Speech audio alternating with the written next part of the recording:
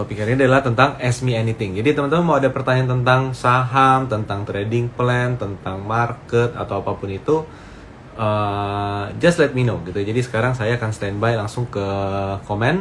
Ada pertanyaan kita akan bahas. Kalau nggak ada pertanyaan kita udahan.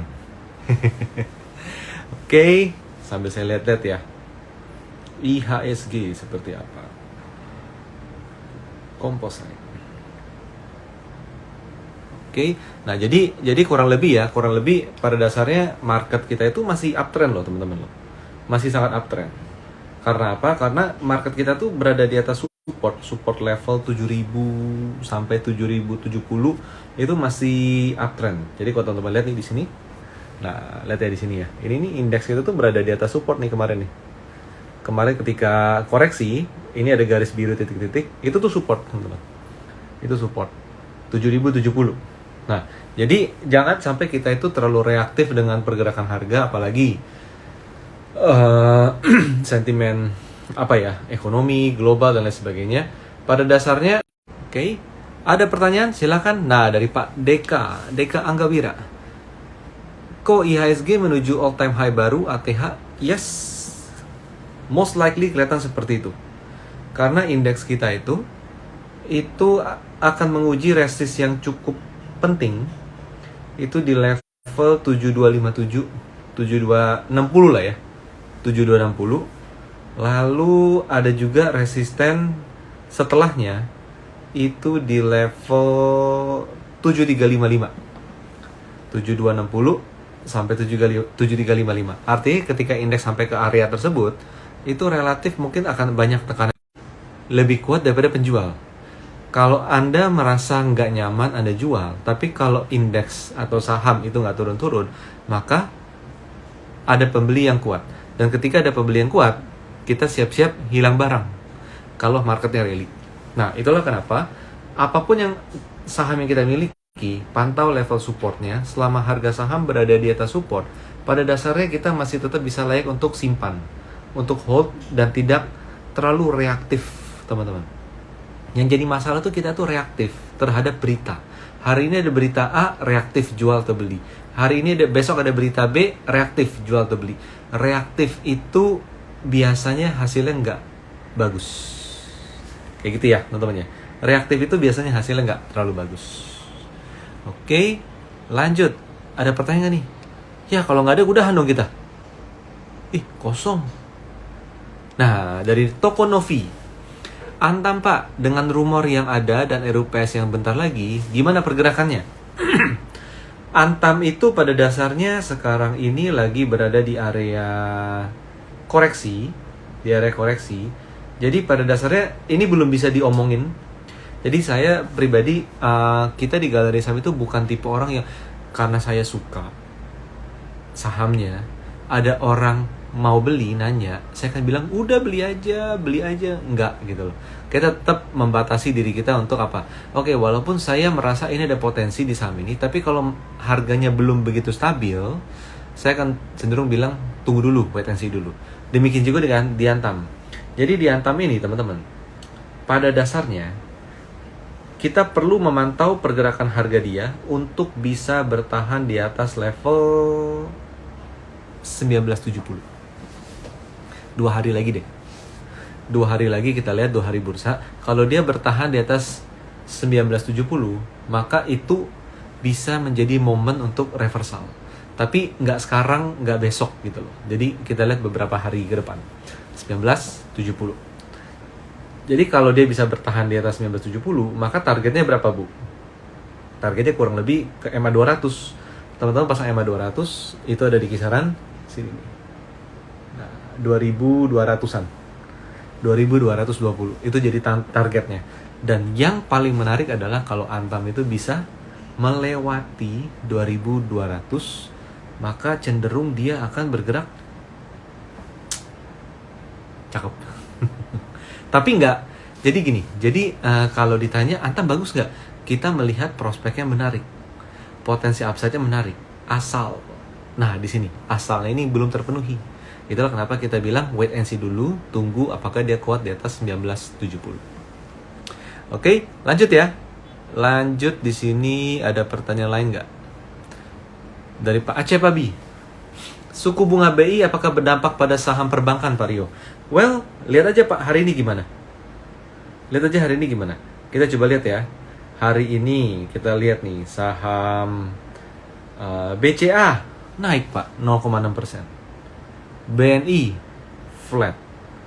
BRI 4290 nggak bergerak mana-mana, cuma minus 0,2%. Lalu Mandiri flat. Well, jawabannya udah kelihatan bahwa apa? Ya relatif sudah diantisipasi dengan baik oleh pasar. Nah, itulah kenapa kita dalam setiap memantau pergerakan harga, kita harus memisahkan antara fakta lapangan dengan berita atau kebijakan. Karena kebijakan dan lapangan kadang bisa sama beriringan, kadang itu bisa satunya bergerak, satu lagi diem. Seperti itu. Bisa jadi seperti itu. Gitu ya. Jadi balik lagi apa? Kalau kita sebagai seorang trader, maka kita harus pantau, yaitu apa? Kita harus pantau technical.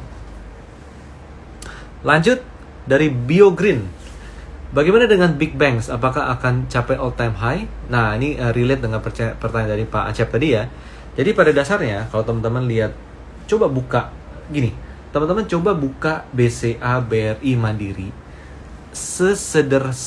Sesederhananya, simpelnya, teman-teman coba pasangkan dia moving average, simple moving average, MA50, MA100, MA200.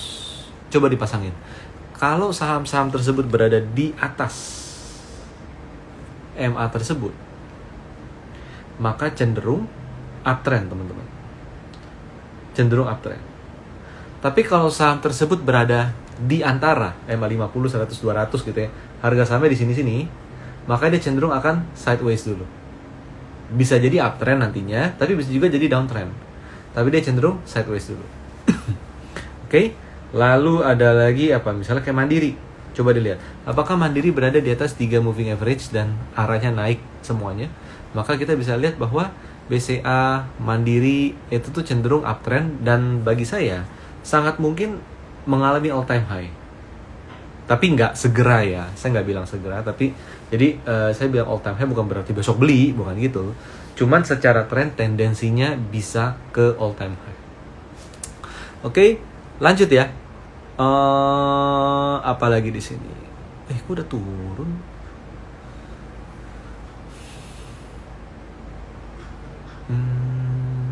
Di mana dia? Oke, lanjut. Dari Pak Rudi Kusuma. PTBA diuntungkan ya Bang karena peraturan BLU. Well, kita lihat aja. Jadi gini, kita lihat aja PTBA gimana. PTBA secara grafik dengan peraturan yang dimaksud harganya naik. Di atas 3 MA nggak? Ayo, di atas 3 MA. Nih, lihat nih ya, hijau, biru, merah. Di atas 3 MA. Ini uptrend teman-teman. Demikian juga dengan Adaro. Ini kok saya jadi kayak jualan ya? Ini kayak lagi di Tokopedia Live gitu loh. Jadi pada dasarnya ini uptrend teman-teman. Teman-teman coba cek Adaro, ITMG, itu juga mostly semuanya tuh sama. Jadi jangan sampai kita hilang fokus teman-teman. Inti di sana. Lanjut sekarang dari Pak Nio 20. Pak Rio mau nanya nih, hari ini BI Rate naikkan suku bunga ke 3,75% dan harga BBM fix naik. Terdampak komoditas itu apa aja? Yang naik. Yang terdampak komoditas itu apa aja? Well, teman-teman coba perhatiin. Jadi, kalau BBM naik, siapa yang dirugikan? Transportasi. Kan gitu kan? Transportasi misalnya. Lalu apa lagi? Yang basicnya itu gede di BBM misalnya. Transportasi, contohnya taksi-taksian. Ya kan? Seperti itu. Yang kedua apa lagi? Yang kedua adalah let's say penerbangan. Enggak sih, penerbangan nggak ada urusan sama Pertalite ya. Cuman minyak bumi gitu ya. Minyak bumi yang tinggi membuat harga aftur yang tinggi. Penerbangan contohnya. Lalu kalau misalnya apalagi BI Rate yang mungkin akan menekan laba perbankan. Tapi pada dasarnya coba dilihat lagi teman-teman. Faktanya adalah banking kita itu relatif masih solid setelah ada pengumuman tersebut. Jadi bisa jadi balik ke yang awal tadi saya jelaskan bahwa hal itu sudah diantisipasi pasar dan dilihat bahwa efeknya mungkin tidak seburuk yang mungkin kebanyakan orang bayangkan. Kelihatan seperti itu. Saya nggak bisa menjawab karena saya bukan ekonom di sana. Dan ekonom pun, kalaupun saya ekonom, saya juga nggak bisa bilang ke sebuah kepastian. Karena apa? Yang di lapangan bukan ekonom. Yang di lapangan adalah para pengusaha yang berjuang untuk selalu ada namanya survival. Kan di situ. Lanjut ya. Lalu sekarang kita lihat di sini ada lagi dari Michael Infinity. Koryo, dalam minggu ini atau minggu depan harga BBM akan naik. Takutnya IHSG crash nggak? Jangan gini loh. Kalau BBM kemungkinan naik, maka indeks itu crashnya bukan setelah oke, teman-teman dari pemerintah gitu ya. Oke, BBM akan naik per besok. Oh, baru indeksnya rontok. Enggak. Sebelum ada pengumuman, indeks kalau memang efeknya jelek, dia akan turun duluan sebelum pengumuman. Nah, coba lihat hari ini seperti apa. Kayak gitu. Jadi hubungan sebab akibat jangan terlalu difokuskan dalam menganalisa saham dengan mendengar berita. Jadi kita tetap harus kepala dingin, fokusnya di sahamnya. Kayak gitu. Selama saham saya berada dalam tren naik atau trennya masih positif, berita saya terima tapi tidak menjadi dasar jual atau beli atau bingung di sana. Fokus di technical. Itulah kenapa kami selalu bilang bahwa trader harus menguasai technical, teman-teman. Dan salah satu tips yang indikator yang bisa teman-teman gunakan adalah tadi di awal, gunakan moving average 50, 100 dan 200. Oke? Nah, jadi mending jual semua saham dulu and wait and see atau gimana? Nah, nggak bisa kayak gitu. Lihat technical saham-saham di portfolio, mana yang jelek, BBM nggak naik pun, itu harus dijual. Nggak boleh nyangkut. Gitu. Tapi kalau BBM naik, ini sahamnya masih dalam tren naik, jangan dijual juga. Pokoknya gitu ya Pak ya. Oke, lanjut dari Deka Anggawira. Banyak blue chip membentuk pola cup and handle core seperti Telkom, Pegas, Adaro. Mungkin kalau berhasil potensi dongkrak IHSG juga. Yes, betul. Ini big cap loh, Telkom, Pegas, Adaro itu cup and handle. Kenapa cup and handle? Ada orang yang sangat pesimis membuat dia turun, jualan. Akhirnya ada pihak lain yang optimis. Jadi ngerek itu bukan orang yang jualan. Yang ngerek itu adalah yang punya uang dan mau membeli apa ya? Oh, situ jualan banyak, saya beli deh. Karena apa? Kelihatannya gak ada masalah, naik. Lalu terkoreksi lagi karena apa? Ada sisa-sisa orang yang pesimis. Udah saya mau jual, saya nggak yakin, saya nggak pede. Ini kayak bahaya ini segala macam gitu ya. Tapi akhirnya dibeli lagi sama pihak yang punya uang, yang melihat bahwa semua akan baik-baik aja. Jadilah dia cup and handle. Dan ketika itu terjadi, ketika benar-benar dia naik, maka semua orang yang jualan kemarin hanya jadi penonton. Nah, jadi kalau teman-teman menyikapi pola cup and handle, gitu ya, di sini ya, cup and handle, maka untuk teman-teman yang tidak punya sahamnya, ketika dia membentuk handle kecil, ketika dia tembus, disinilah entry point Anda untuk masuk. Metodenya adalah metode breakout berdasarkan tren. Karena cup and handle otomatis sahamnya sudah berada dalam fase tren naik di dalam pembentukan handle. Jadi metode breakout itu adalah metode yang efisien. Walaupun bukan akurasi 100% karena tidak ada akurasi 100%, tapi metode breakout adalah metode yang efisien jika dikombinasikan dengan tren untuk menentukan timing beli sebuah saham.